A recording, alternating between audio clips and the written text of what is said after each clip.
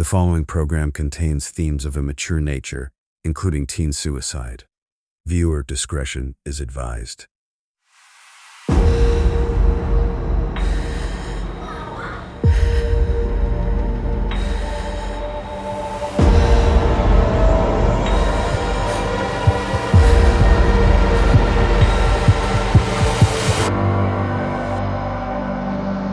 Are our kids safe? I thought Walker was safe. What I didn't know is that I left a door open to his room in the middle of the night, that the worst predators of this world, not Mississippi, not Starkville, not in my community, but the worst predators that this world has to offer, had access to walk through that door that night. We live in rural Mississippi. We farm. We enjoy the outdoors. We did all that and still do all that as a family. On weekends, we worked on land. We were outside working together as a family. You know, you're here in our home and you see what's here. Is not a neighbor right next door. We're not playing basketball in driveways. And it's just the lifestyle that we chose to have a real close-knit family. And we really believed that would insulate us from the major catastrophes that the world, offers, as being a close-knit family. We're a Christian family, keep our kids engaged in church, keep our kids engaged in community. We go to a private school in Starkville, Starkville Academy. Surround our kids with good people, and we felt like that would keep our kids safe, doing everything a normal family would do to try to make that effort to protect their kids and raise them in an environment that would see that where they could see a lifestyle that wasn't as influenced by the negative consequences of the world we see around us. The night before any of this happened, we sat down as a family, had supper, which we do most nights, did then most nights and do now. Most nights we're together.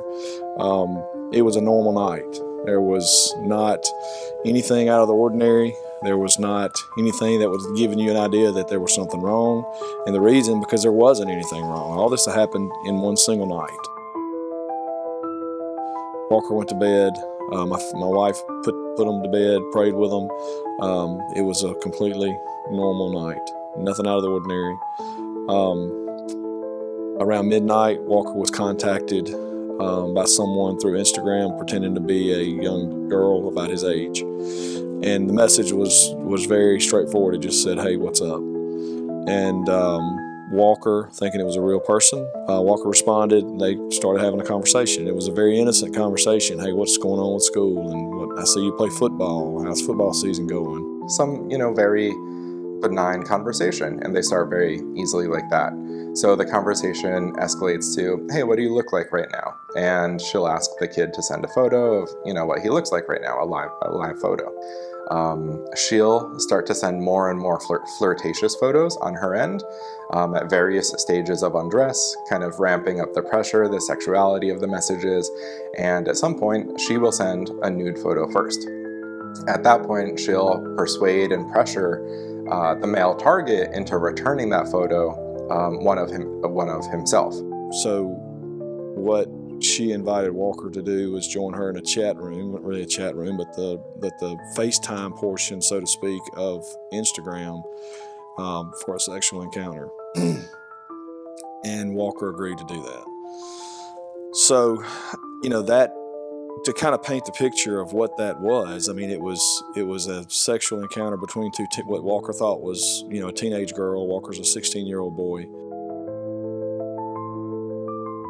As soon as that happens, that's when the blackmail begins. That victim will get a message that says, "Hey, I've screenshotted your photos, I've screenshotted all your friends, your followers, your family on Instagram.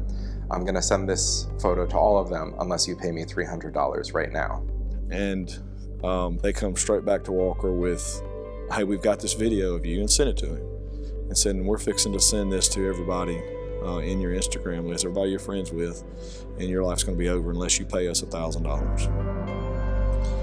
And that panic, it's, at that point, I can only imagine Walker's mindset. I can only imagine, and I always like to think about this in the way of, how would I have reacted? Because it's easy to say, it wouldn't bother me, it wouldn't be a big deal. Well, that's always easy to say until you think about, who are the people that it would matter if they saw that? What about your pastor? What about your coach? What about your girlfriend? What about your ex-girlfriend? What about their mamas and daddies? And so that's quickly where Walker found himself. And I know how much pressure that would be, even as a 47-year-old grown man, how I would feel about it. What if my clients saw that? What if my customers? What if the people that I work with? How would my career survive that kind of embarrassment? And so I know that's where Walker found himself. These criminals are targeting the good kids, the kids that have something to lose. They're targeting the high school athletes. They're targeting the National Honor Society kids. Really good kids that, are respected among their peers, their family, their communities. They're the ones willing to pay anything to make this situation go away, to not damage their reputation, their standing, their scholarships that they think are going to be taken away because of this. And these criminals know that. They're targeting these good kids. He had fallen into the trap. They had the leverage. And so then this battle between Walker and these people, starts, and he's back and forth with them, that this is illegal, this is not right, you can't do this. And, they're constantly building this pressure, with Walker. Oftentimes these criminals will even yell at them, scream at them on the phone to threaten and basically say that they're going to release the photos. The kids won't be able to get a scholarship. The kids will get expelled from school. All these really terrible things that, they don't want to happen, of course. And then it's, of course, the demand for money. Once they were in this this fight back and forth across Instagram, across the messenger, they were applying tremendous pressure to Walker, and they started sending these messages with the video attached of Walker in this situation, and telling him that they're sending it out to his friends. And that's when Walker really panicked. And Walker, once they got to Walker's mom, Walker's response was, "Look, I can't pay you, but I'm just going to kill myself." And their response was, "Go ahead, because you're already dead anyway."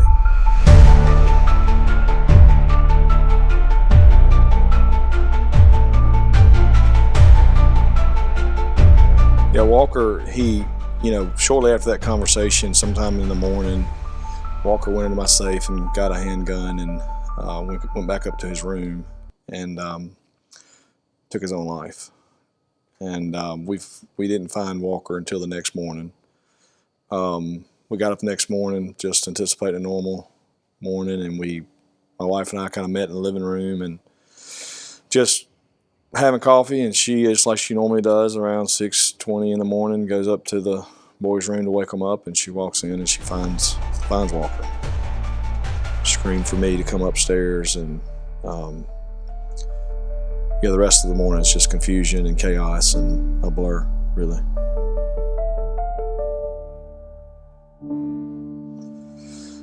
So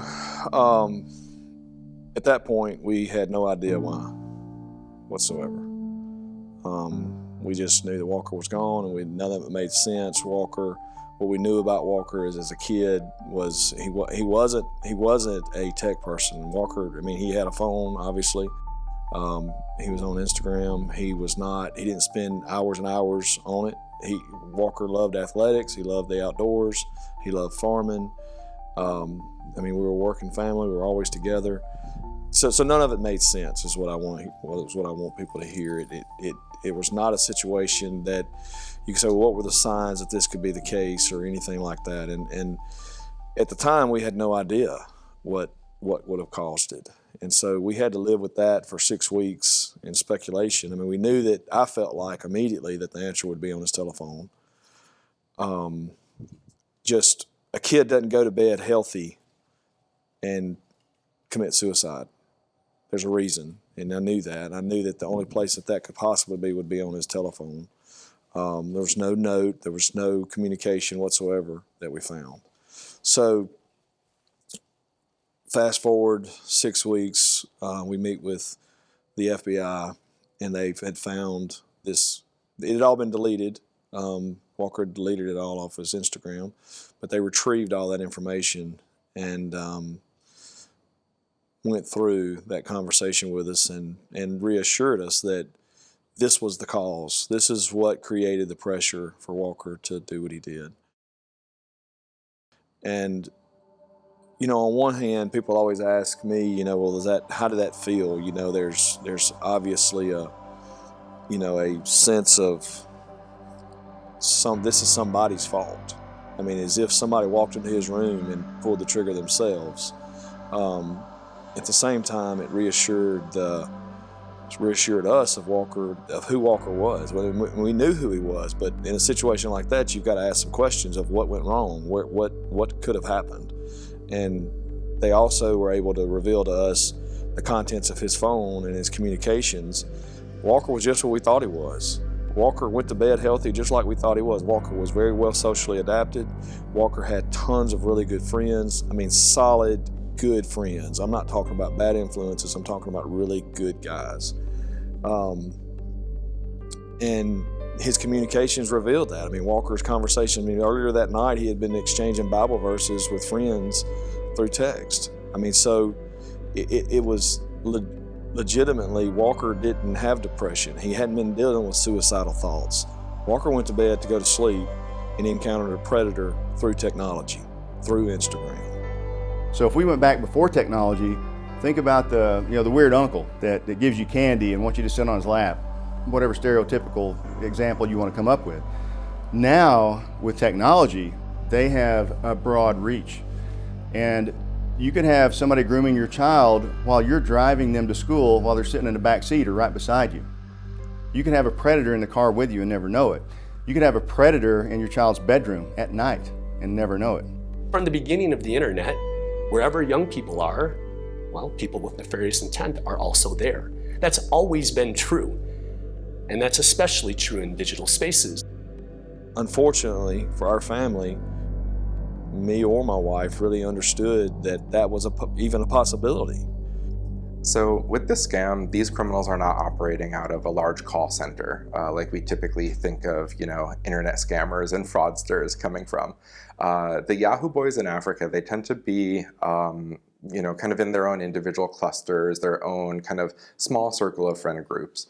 And what they do is they have been scamming people online on the internet for 20 years. These are the same individuals basically who have been doing the Nigerian prince scam from 20 years ago via email. But right now, what these criminals have found is that they can make a whole lot of money very quickly with a new scam called financial sextortion. The worst ones are coming out of Nigeria and Ivory Coast, but they're also coming out of Pakistan and Philippines. So what happens, and the way this works, is you take Nigeria. This is called the Yahoo boys. What happens is that the cartels there, the gangs and the organized criminal elements, of which there are many in these third world countries, will bring in their poor kids and they say, hey, you want to play video games for a living? Make some money? Hey, who would want to do that? So these are called chatters, and they take these young kids in there and they start playing video games with our kids, oftentimes very late at night, by the way. And they pretty soon this cute little 14-year-old pops up, and this guy out here, he's attracted. Things are good. This girl's hot. And pretty soon they're going back and forth, and they talk him into sending a nude. And the minute that happens, it goes from the chatters, like in Nigeria, to the real thugs. And this is beyond anything you can ever imagine. This is a group of vicious animals, in my opinion, men that will take these kids on. And our society is not ready for this. I've studied this. What often happens is the chatter will get them in a compromise in a short period of time. The minute the photo goes in, it goes over to the other group. And they start, I need $7,500, I need it now, or you're a dead man, and I need it immediately. And several of these kids actually come up with money. The Jordan DeMay case we saw, I can't remember, I think he came up with $1,000. No matter how much money you give them, they're not gonna stop. No matter how many photos they have of you, they're not gonna stop. But what happens here is this gets vicious. They'll start out with words like, you're a dead man, you are ruined, you are waste. you might as well kill yourself. You are damaged goods. There's no way back for you. And I listen to these things, and there is nothing in our society that has prepared any one of our kids to live against this. And so one of the things that is happening here is these kids take their own life. Over 90% of the victims of this scam are boys and young men, most commonly in the age group of 13 to 17 years old. We know in some of these cases, kids have been approached by the criminal. There was a suicide that happened within 27 minutes. Braden Marcus, a teen, was approached by a criminal on Instagram. 27 minutes later, he took his life after being blackmailed. Some of these cases typically last for a couple hours. There's, a couple hours of conversations. Sometimes it's as little as a few minutes before they start to exchange photos. The criminals really have it down to a science as they've evolved their script over time and improved it because they know what works. They've run the scam on hundreds of thousands of victims now, most of which have never reported the crime. So the numbers that I mentioned earlier are probably way lower than what they actually are. Jordan DeMay was a 17-year-old from Marquette, Michigan. He was approached on Instagram by a girl named Danny Roberts. But Danny was actually 6 scammers in Lagos, Nigeria. After he was being blackmailed, Jordan killed himself in his own bed with a gunshot to the head. He was found the next morning by his father with Instagram on his phone in one hand and the gun in the other hand. Gavin Guffey, dead at 17. After he took his life, that scammer started to message Gavin's dad and brothers, blackmailing and threatening them. On what would have been Gavin's 18th birthday, that scammer messaged his father saying, "I hope you know your kid begged for his life." Carson Cleland, 12 years old, from Canada. Approached on Snapchat, blackmailed on Snapchat. He wasn't even old enough to use Snapchat. Dead at 12 years old. James Woods was a 17-year-old from Ohio. Good kid, athlete, track star, was planning to go to college the next year. The scammers that were blackmailing him, it was relentless. It was over 200 messages in the span of 19 and a half hours. Braden Marcus, another kid, dead in 27 minutes from initial contact from that scammer through the threats. Murray Dowie, 16, from Scotland, over Christmas break at home, was watching TV with his family that night, went to bed completely normal. The next morning, found dead. Rowan Cosgriff in Australia, 17 years old, completely happy with his family, into sports, horses, had great friends, found dead by his dad. Riley Bassford, 15. Donal Dialis, 16. William Dorian, 16. Robin Janjua, 14. Evan Bettler, 16. Harry Burke, 17. Waylon Sheffer, 16. Carter Bremseth, 16. Landon Wiggle, 17. Daniel Lintz, 17. David Gonzalez, 15. Timothy Barnett, 13. Mac Holdsworth, 17. Walker Montgomery, 16, and all the cases that we'll never know about. These kids were happy kids. They were on the path for success in their life. Nobody expected that this would ever happen to them. And I listened to the interviews of the families, and this is gut-wrenching. They say, he walked right by us. He went to the dentist. He fed the animals. We live on a farm. He's not even on social media. I never once saw anything happening.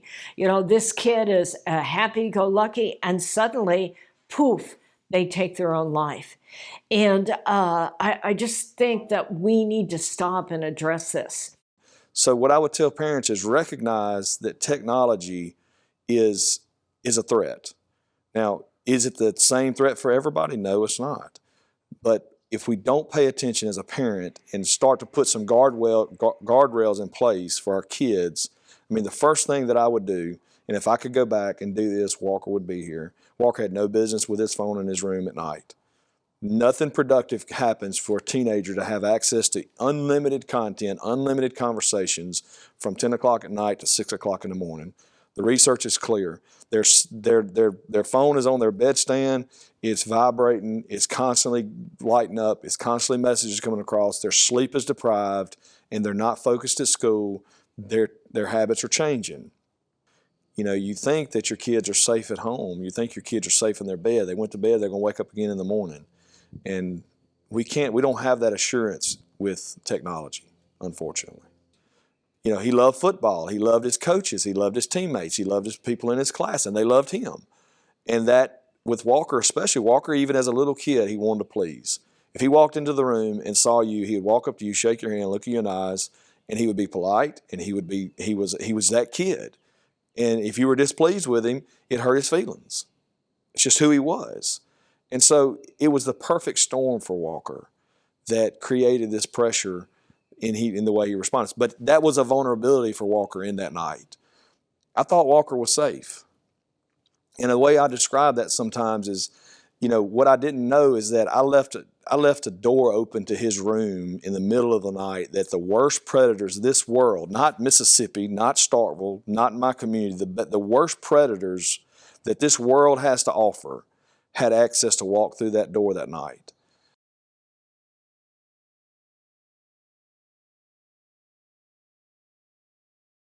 Anybody with a vulnerability can be exploited. Any man, woman, boy, girl, anybody. It does not discriminate based on your socioeconomic status, who your mom and dad were, how much money your family has, what religion you are. What they're looking for when we say vulnerable, for someone who is an easy prey. You know, when you say easy prey, and that's all our children. You know, every child is an easy prey because they're growing up. They're going through developmental stages. Every victim and survivor I've ever worked with is smart. They are smart, but that doesn't mean they cannot be groomed and exploited, because we are human beings. And what people do not give enough grace to is that at the core of each and every person in the whole wide world, we want to be loved. We want to feel acceptance. We want to feel wanted. We want to feel loved by somebody else. And that is what traffickers do. So let's give some numbers to how many victims have been reported over these past 2 years. Back in 2021, there were only 139 reported cases of financial sextortion targeting minors here in the United States. Fast forward to 2023, the number of reported cases were over 26,000. So that's an 18,000% increase over the span of 2 years. These are good kids, they're not depressed, and this crime happens so quickly, so suddenly, and so unexpectedly. It's the worst scam that I can think of. These criminals have killed more kids on American soil in the past 2 years than ISIS ever has. We have technology companies that are making billions and billions of dollars that have no accountability, that allow this to happen, and they could prevent it. They could do more. They could do a lot more. This isn't an issue of how smart your child is or how smart or good of a parent you are. This is an issue of these offenders social engineer your child whose brain is not fully developed, and they purport themselves to be something that they're not, that is attractive to your child, that is luring. And that's how they overcome all the things you've told your child not to do. You know, if it's one thing that they want more photos and the kid gets shamed and the photo goes out there. But what is happening in this case is we are literally putting our kids on the front line of cartels all over the world. And they are absolutely vicious. And what I'm telling you is these people, they have a talent for recognizing the vulnerable. No human being on earth can survive what these guys are about to dish out. So you made a mistake. Yeah, it's a serious mistake, but it is not an end of the game mistake. Block them. First, screenshot everything for evidence. This is a crime. These people are committing a crime against you. Even though you willingly sent that photo, this is a crime. So screenshot it and then shut it off. Shut it off and walk away. Block them if you have time, but shut it off and don't go back. And then find a trusted adult and start to go after it. You need to immediately take this device, whatever it is, to your law enforcement or your school resource officer or your cyber crimes unit, okay? That is so important because you're not the only victim. You know, these guys have lots and lots of victims. You may have made a mistake, but you can be the solution for a lot of other people if you're willing to understand what has happened here, okay? You'll be tempted to go back and negotiate. You'll be tempted to send more photos. You'll be tempted to send them money. I get that. That is normal. All of us want to correct our mistake. Don't do it, okay? Listen up. You're the solution. If you shut the device off, walk away, and ask someone you trust for advice. That is so important. We tell parents, we tell the public, if you have a child or if you have influence over a child, make sure you know what they're doing on their cell phone or what they're doing on their tablet or their gaming system. We tell parents, we tell caregivers this all the time. Be careful, know their accounts, know who they're talking to. Why? Because they're going to be groomed. Parents, when they come to you, do not start wagging your finger at this kid going, what the heck were you thinking? Okay? We all get it. Everybody makes mistakes. In this world of global connection with all the sophisticated technology, it's very possible your kid didn't send the photo or some photo online has been doctored. But even if your kid sent the photo, help your kid be the solution for other kids. Help them be that winner. We've got to get this message all over the world and like that because it is a travesty. I listen to these parents. Can you imagine losing your bright young child, which you love with all your heart, to a Nigerian telemarketing scam? We've got to talk about that. Walker did what he did because of how he thought we were going to respond. He did that because of how he thought, what we thought we would say. And I say we, me, his mama, his friends, classmates, fill in the blank. So what I want to encourage people to do is when people make mistakes, don't be the person that piles on. Don't be the person that creates more pressure for those people because mistakes are life. That's life.